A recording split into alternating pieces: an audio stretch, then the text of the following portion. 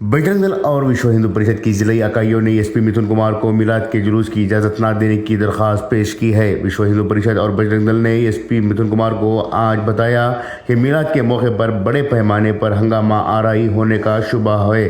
गुज़िश्ता साल शिमोगा के रागीगुड्डा में ईद मिलाद के जुलूस के दौरान हिंदुओं पर हमला किया गया था। हिंदुओं के घरों में खौफ का माहौल पैदा हो गया था। 11 सितंबर 2024 को नौजवानों के ग्रुप ने गणेश विसर्जन के मौके पर बदरीकोप्पा नागमंगला मंडिया में नसब गणेश की मूर्ति पर पथराव किया और साथ ही साथ पेट्रोल बम्सों में भी हमला किया।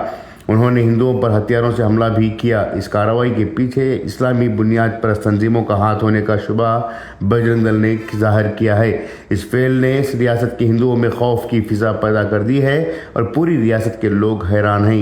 लिहाजा अगर ईद मिलाद के जुलूस की दोबारा इजाज़त दी गई तो रियासत में बदअमनी फैलने का शुबा है। तंजीमों ने मुतालबा किया कि मुसलमानों को हर हाल में मिलाद के मौके पर जुलूस निकालने की इजाज़त ना दी जाए।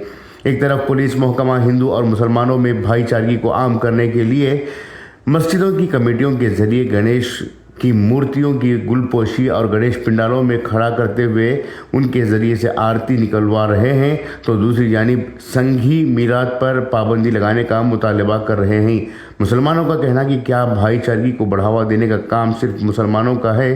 क्या दूसरे मज़हब के लोग इस तरह की हरकतें कर सकते हैं जिसमें मिलाद के जुलूस पर पाबंदी लगाने का मुतालबा वगैरह शामिल है?